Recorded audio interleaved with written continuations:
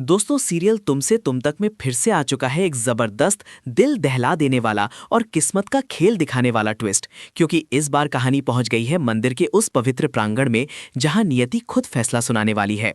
जी हाँ, आने वाले एपिसोड में आप देखेंगे कि आर्या और अनु एक ही मंदिर में पहुंचते हैं पूजा के लिए और माहौल इतना भावुक और संकेतों से भरा होता है कि हर पल कुछ बड़ा होने का इशारा देता है। दोनों अपने अपने दिए जलाकर जल में प्रवाहित करते हैं। आर्या का दिया कुछ ही पलों में बुझ जाता है और उसकी आंखों में उतर आती है मायूसी, जैसे उसका प्यार एक बार फिर अंधेरे में खो गया हो।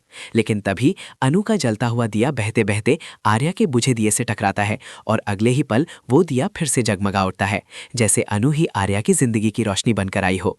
ये नज़ारा देखकर सिद्धि माता भावुक होती है और कहती है कि जिसे नियति ने मिलाया है उसे कोई जुदा नहीं कर सकता। जिसे एक होना है वो होकर रहेगा, चाहे कितनी भी साजिशें क्यों ना रची जाएं।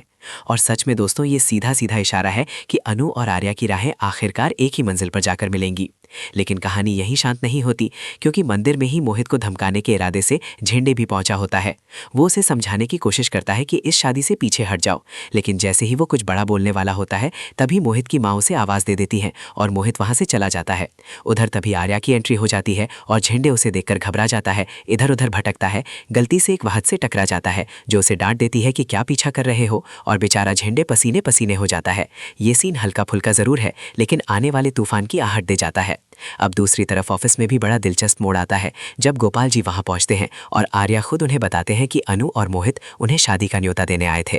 फिर बड़े सम्मान से पूछते हैं कि क्या उन्हें शादी में आना चाहिए या नहीं, और गोपाल जी कहते हैं कि हाँ आ सकते हो, लेकिन थोड़ी देर के लिए, खाना खाना, आशीर्वाद देना और फिर चले जाना, क्योंकि अगर तुम नहीं आए तो लोग तरह तरह के सवाल करेंगे। आर्या भी वादा करता है कि वो मेहमान की तरह ही आएगा और अपनी वजह से कोई बवाल नहीं होने देगा। लेकिन जब यही बात गोपाल घर जाकर अनु को बताते हैं तो अनु के पैरों तले जमीन खिसक जाती है। वो सोच में पड़ जाती है कि आर्या के सामने वो मोहित से शादी कैसे करेगी, कैसे खुद को संभालेगी, जब उसका दिल अब भी आर्या के नाम धड़कता है। उधर पुष्पा का दिल भी अब धीरे धीरे सच स्वीकारने लगा है। उन्हें महसूस हो रहा है कि वो अपनी बेटी के साथ अन्याय कर रही हैं। वो बार बार अनु से कहती हैं कि अपनी खुशियों के बारे में भी सोचो, लेकिन अनु ने जैसे ठान लिया है कि वो मोहित से शादी करके ही रहेगी, शायद अपने माता पिता की खुशी के लिए, शायद अपने प्यार की कुर्बानी देकर। अब सवाल ये है कि क्या सच में अनु मोहित की दुल्हन बन जाएगी, या फिर माता रानी का चमत्कार आखिरी वक्त पर सब कुछ बदल देगा और होगी अनु और आर्या की शादी। क्या मंदिर का वो जलता हुआ दिया आने वाले तूफान का संकेत था? अपनी राय हमें कमेंट बॉक्स में ज़रूर बताइए और ऐसे ही सबसे तगड़ी, एक्सक्लूसिव और मसालेदार अपडेट्स के लिए जुड़े रहिए आपके अपने चैनल UR TV के साथ। लाइक, शेयर और सब्सक्राइब करना बिल्कुल मत भूलिए, क्योंकि यहाँ हर ट्विस्ट बनता है सुपर ब्लास्ट।